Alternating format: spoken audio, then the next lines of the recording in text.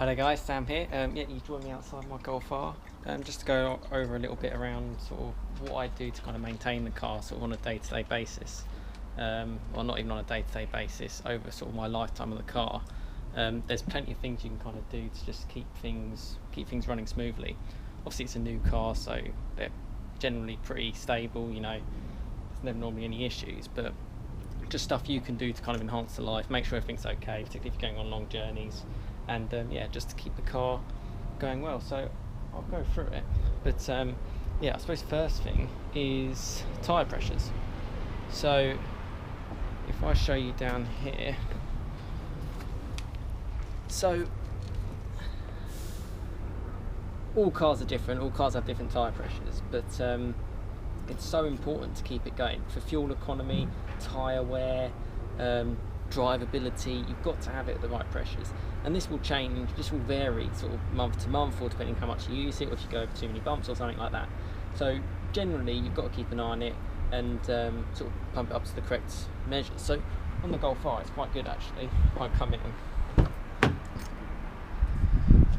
inside the door sill, hopefully you can see that okay, I know it's a bit reflective light. You will see it has tyre pressure, and it tells you how many people are in the car there. So for me, most of the time it's sort of 2 and luggage, which is 36 psi and 36 psi. So the front and the rears are actually the same for a Golf R, just because of the 4-wheel drive. And if you have a full 5 people, loads of luggage, it's actually slightly more, well, 41 on the rear and 44 on the front. And you know, you can check that. And not all cars have it. It didn't have it actually on my Ford, but it does have it on the Golf. If I come out now, my Golf R didn't actually come with it, despite that my Fiesta did. You can just pick up something cheap like this. I mean, I don't know how much I paid for this, probably about £7-8, something like that. And yeah, you can just pump up the tyres. Obviously for me it's quite simple, you know, you just go around all 4 corners and fill up to the same. Fronts will tend to wear a little bit more than rears, but it's good to check them all. In general, tyre sort of, if I compare it to my last car, the fronts would dramatically kind of go. You'd lose a lot of tyre pressure. Sort of within a month you'd lose sort of like 3 or 4 psi, which isn't great. And the rears were always fine. On this car, they're all round really good. The front's going a little bit sooner. Engine's at the front, it's heavy, that's where all the weight is. Obviously at the rear you get a little bit more weight now, so I think it evens it out quite nicely actually. But that's one thing just on a bit of tyre pressures. I know it's the basics, but you know, you kind of got to do these things to keep the car in tip-top shape, particularly if you've got a great car like this. One thing after doing that actually in the Golf R, and I'll show you on screen, head into the car, reset the tyre pressure monitoring system, TPMS, and after you've sort of pumped them all up, reset it all, and then that way it will tell you. It's really good if you've got like a puncher or something like that. And never go off, like if you take the car to a dealer, you know, you've got to check it yourself, know your car yourself basically. I took this off a dealer, tyre pressures were different. Same with my last car as well, tyre pressures were about 10 psi off. It's not good, you've got to do it, check it yourself, it's your car, make sure it's right. So that's one thing just on the tyre pressures. The next thing is under the bonnet. So I mean, again, it's all simple stuff, just regular kind of checks just to make sure things are okay. But let's go onto the bonnet and I'll kind of show you. So to open it on the Golf R, head to the front, and just in here you've got a little latch.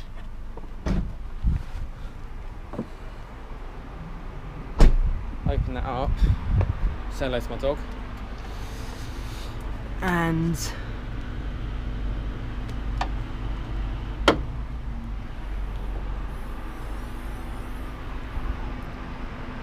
there's your engine. So the one thing you should do is always basic stuff, check the windscreen washer, make sure you've got enough, particularly on a journey. Next thing is oil.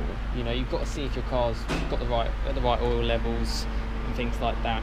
You can do it on a cold engine. You can also warm the engine up a bit and shut it down, sort of check it for levels.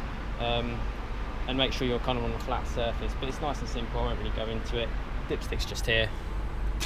You take it out, wipe it down, make sure it's in between the right levels. Simple as that. Nice and easy. You know, not exactly a long job to kind of do these kind of little maintenance things, which is really good. But yeah, and it's important in a car like this just to do little things. Check over, you know, if you've got any like crap sort of around the car, clean it out. You know, particularly a car like this, if you've got something in here stuck in there blocking the vents, all that's going to do is it's going to stop the air. The ECU will think the car's overheating, it will restrict the power, all these kind of things. Again, apologies for the noise, there's a digger over there. Little things as well while I've got the lights here. Clean your lights. If you're not going to clean your car regularly, clean the lights. Fronts, rears, reflectors. So just a simple wipe down. It's just the basics really from my view. Also in this car, you have a camera at the front, as I'll show, and you should wipe it down really. On the 7.5s, it's not too bad because it's covered up by the grille. On this, just wipe it down, makes it better. I've never had any problems with the radar guided cruise control, but you know, it's important to do, and that's one thing to do it. While I'm here as well, engine coolant. People can criticise me if I'm getting this wrong.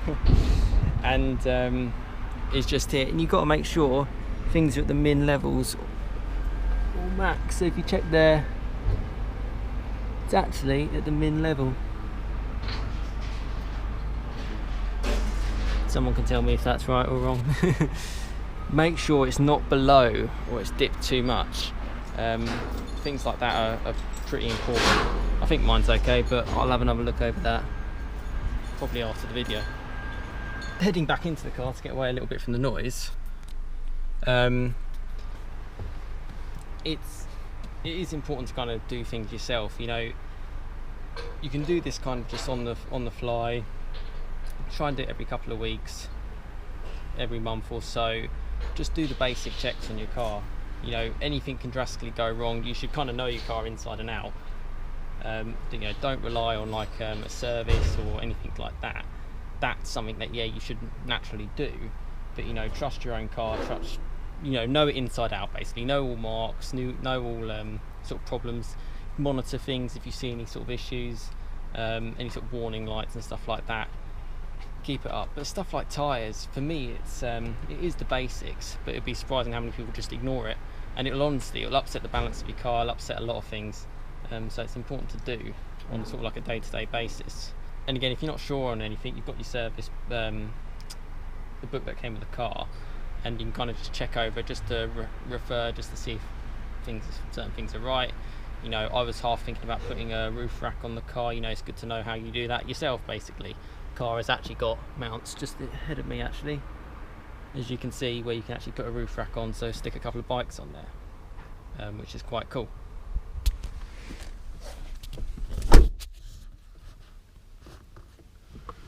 So sort of back in the car, it's quite sunny, so apologies if there's any glare or if there's too much noise.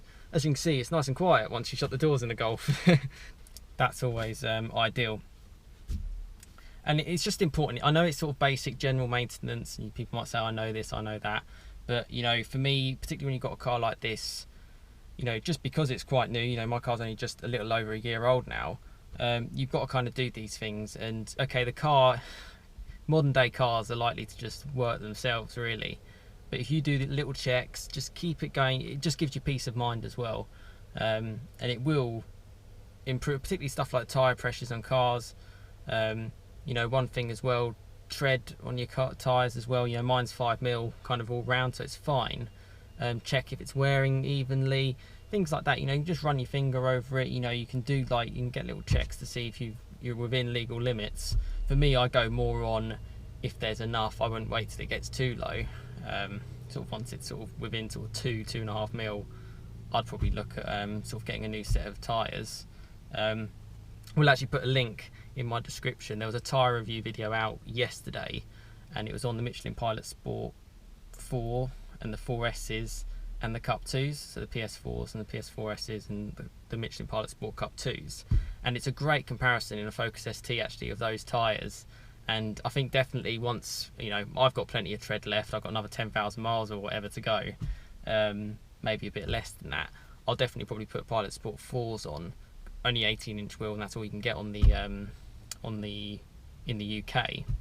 And Cup 2s, I'd love to try them, but ultimately it rains a lot here, so it's not so ideal because it just doesn't work in cold temperatures. Sure, it'd be great and it really does improve the car, but check out that video. I'll pop a link down below or put a notification somewhere above me. That's it. I just wanted to go over that. You know, hope you found this video useful. Again, sorry for the glare or any sort of noise issues. Hopefully it's come out okay. I'm trying to structure it a little bit more. I've got a few playlists together in terms of a little bit around economy, servicing. Obviously I've got my Golf R fun drives and just general ownership. Hopefully it makes it easier for you guys to kind of check out if you want to see any videos for new subscribers and stuff like that to check through. You know, you don't have to watch all the videos that I've done on my ownership of the Golf R, but you know, something might be interesting to you. And a massive thanks on the subscribers and the likes and the comments that you guys have been giving. It's been fantastic, and yeah, it certainly encourages me to sort of document the Golf R as I kind of go along. I hope you found this video useful. Only a few brief points, but yeah, thanks very much for watching, and I will see you again next time. Cheers guys.